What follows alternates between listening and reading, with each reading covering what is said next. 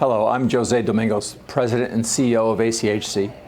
On behalf of everyone at ACHC, those you've met, like your account advisor and now your surveyor, and those who work behind the scenes, tracking regulatory changes, scheduling surveys, and otherwise ensuring quality for you and the patients you serve, I want to thank you for inviting us into your organization. We recognize that you have placed a high degree of trust in us, and we are committed to meeting and hopefully exceeding your expectations. Throughout the accreditation process, we want to ensure that you understand the intent of the standards, how they influence your business practices, and most importantly, how they impact the quality of your patient care. We know that a survey can be stressful, and it is our intention to observe your operations with as little disruption as possible and to offer helpful guidance where we can. We will make every effort to make this a positive educational experience for your entire team. Hello, I am Susan Mills, Senior Program Director. Thank you for choosing ACHC as your accreditation organization. The surveyor conducting your survey will be following the process as established by CMS to ensure a thorough and valid survey is completed. CMS requires all deficiencies related to the Medicare conditions of participation identified to be cited, whether it's a single deficiency or a trend. This is also true for any state-specific deficiencies identified. Any deficiencies that are what we call an ACHC only deficiency can be corrected on site, and it will not require a plan of correction after survey. We encourage you to correct all deficiencies identified by your surveyor prior to the end of survey. Your surveyor will keep you informed of the deficiencies found while conducting your survey. Your surveyor is a data collector. They are here to review the evidence that validates your compliance with the Medicare conditions of participation as well as the ACHC standards for accreditation.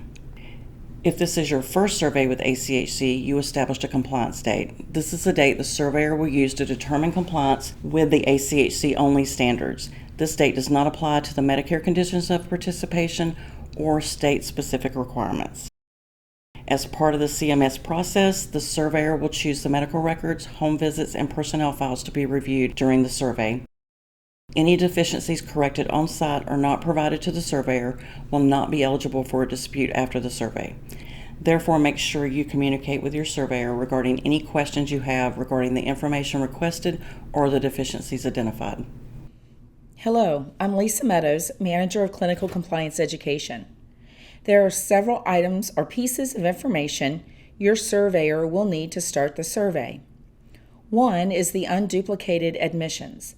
This is the number of patients that have been admitted one time during the past 12 months, or if you are a startup agency, since you first admitted patients, regardless of the payer. These are not just your Medicare beneficiaries. This should also include all locations that are providing care under the Medicare provider number.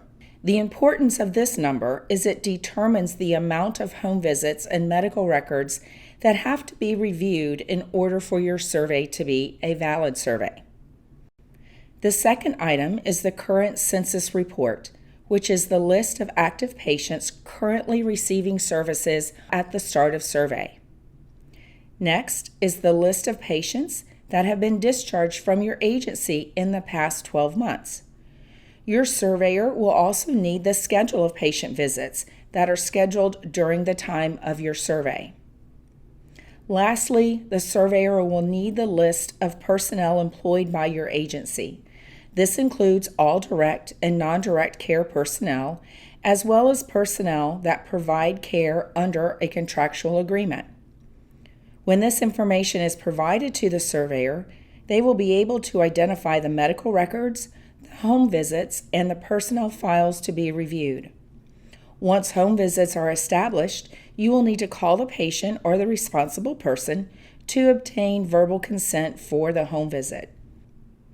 Your surveyor will provide you with 3 documents: the items needed for on-site survey, the personnel file audit tool, and the items needed for completion of the CMS paperwork.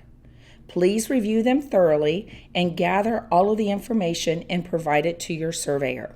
If you have purchased policies from an approved vendor or ACHC certified consultant, notify your surveyor now. That way your surveyor will not have to complete a policy review during the survey. They may still need to review a policy or two just to ensure your staff are following agency expectations. I am confident that you've made a great choice in selecting ACHC as your accreditor, a choice we don't take lightly. You have an experienced clinical professional there with you as a willing resource. So please, take a breath and get ready to make the most of this opportunity.